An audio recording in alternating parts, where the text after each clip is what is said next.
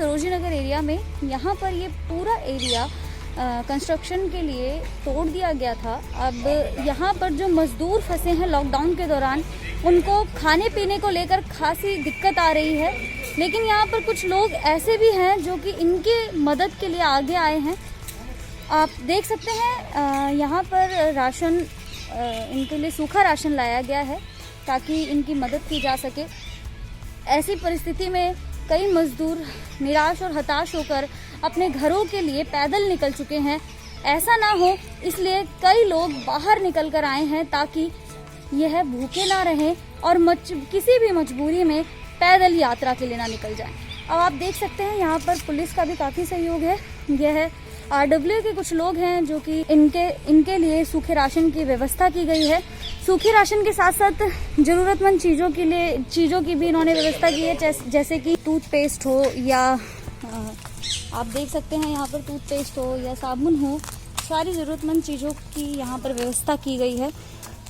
हम सभी लोगों से यह अपील करते हैं कि अगर आपके आसपास भी कोई ऐसा व्यक्ति है जो ज़रूरतमंद है तो कृपया करके आप उसकी मदद करें।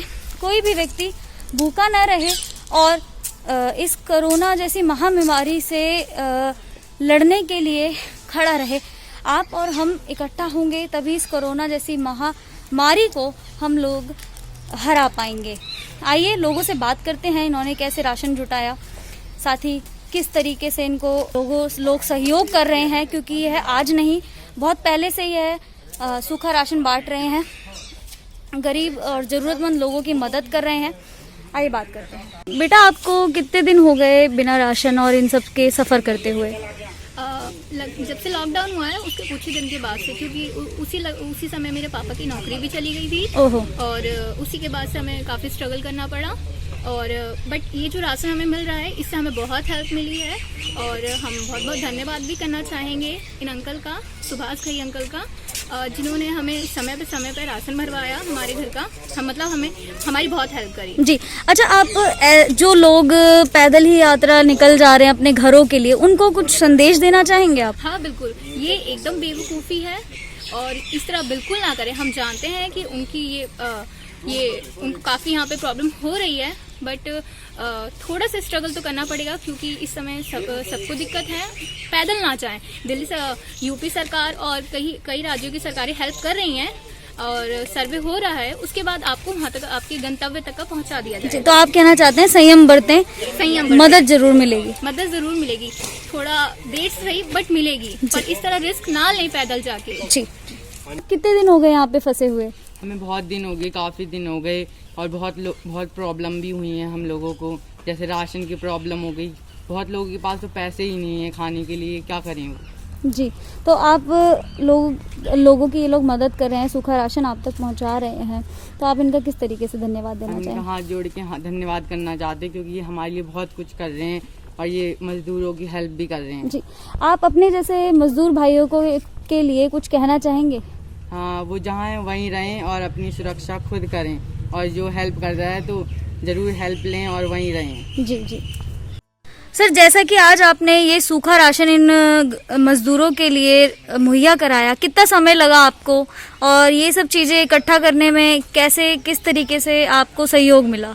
देखिए, लॉकडाउन जब से स्टार्ट हुआ है तब से हमारे सुभाष घई जी और अपने रवि जी हैं जो कंटिन्यू लोगों की सारी खाने की देखभाल वगैरह कर रहे हैं और उनका नाश्ता, लंच, डिनर हर तरीके की व्यवस्था की गई है। और दूसरी बात ये, जब देखा गया कि 3 दिन 4 दिन में राशन खत्म हो जाता है, फिर इन्होंने एक देखा कि क्यों ना हम एक महीने का राशन इनको कंटिन्यू दे जाए। जी जी जी।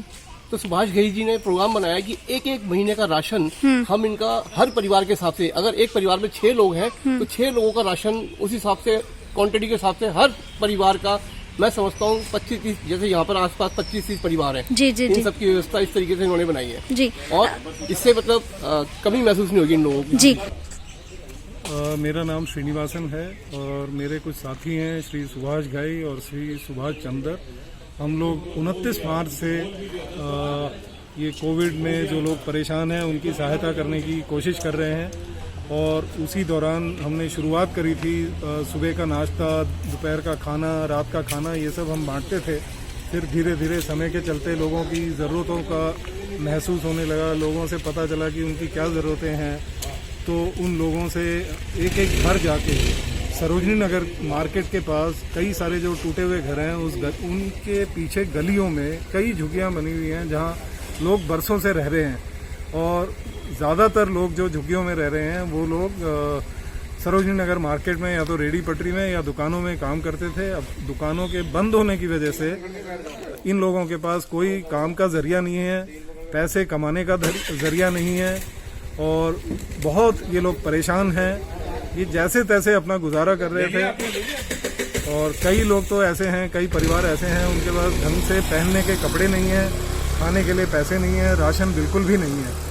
तो काफ़ी सारे लोगों की हम अब तक मदद कर चुके हैं। करीब 500 लोगों की हमने लिस्ट बनाई है और 7 तारीख को हमें ये डी ब्लॉक सरोजनी नगर के पीछे जो लोग झुग्गियों में रहते हैं उनके बारे में पता चला। तो हम यहाँ पे काफ़ी समय लगा के एक स्टैटिस्टिक्स डाटा कलेक्ट किया, हमने स्टैटिस्टिक्स बनाई, एक एक घर में परिवार में कितने सदस्य हैं, वो लोग क्या खाते हैं और उनकी क्या ज़रूरतें हैं, उन सब चीज़ों का पता करके उसी हिसाब से हमने लोगों की मदद से एक एक महीने का एक एक परिवार को राशन मुहैया कराने की कोशिश करी है।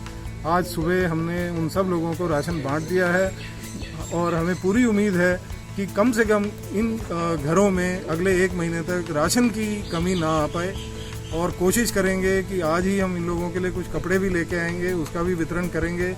और हमने अपने मित्रों से, परिवारजनों से, जानकारों से सबसे निवेदन किया है कि वो किसी भी तरह का योगदान, चाहे कपड़े के रूप में हो, धन के रूप में हो, वो करें तो हम उसको इन लोगों तक पहुंचाने की कोशिश करेंगे। जी सर, जैसे कि प्रवासी मजदूर सड़कों पर हैं, कल ही एक हादसा हो गया मजदूरों के साथ, आप उनको क्या मैसेज देना चाहेंगे इसको लेकर? मजदूरों के साथ जो कल रेल की पटरी में उनकी जो मौत हुई है, ये तो बहुत ही ज़्यादा दर्दनाक बात है जी। और बहुत ज़्यादा हमें खेद है, दुख है।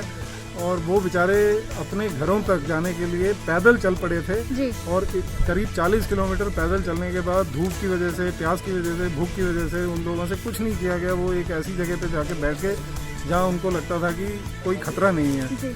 और अचानक ही उनकी मृत्यु हो गई। ये बहुत ही ज़्यादा दुखद बात है। मैं सभी मजदूरों से, अगर वो मेरी आवाज़ उन तक पहुँचती है तो मैं उनसे गुजारिश करूँगा कि वो या तो जहाँ पे हैं वहीं पे रहें और जो स्थानीय प्राधिकरण है, पुलिस अधिकारी हैं, वो लोग इनकी लिस्ट बना रहे हैं और लिस्ट बना के आगे डीएम ऑफिस तक पहुंचा रहे हैं ताकि अगर उन्होंने घर जाना हो तो उनकी व्यवस्था ठीक ढंग से करी जाए। तब तक उनको ऐसे अपने आप में पैदल निकलने की कोशिश नहीं करनी चाहिए, तो इसका कोई फायदा नहीं। जैसा कि आपने यहाँ पर लोगों से सुना कि जो ये लोग मदद कर रहे हैं सूखे राशन के लिए, उनके लिए ये लोग धन्यवाद भी दे रहे हैं। साथ ही हम इन लोगों से ये भी कहेंगे कि धन्यवाद ना देने की बजाय अपनी सुरक्षा पर ज़्यादा ध्यान रखें, साथ ही बस संयम बरतें। ऐसे कई लोग हैं जो इनकी मदद के लिए आगे आते रहेंगे और इस महामारी से लड़ने के लिए इन लोगों की साथ में मदद करते रहेंगे। मैं अंजलि शर्मा, इंडिया लाइव से।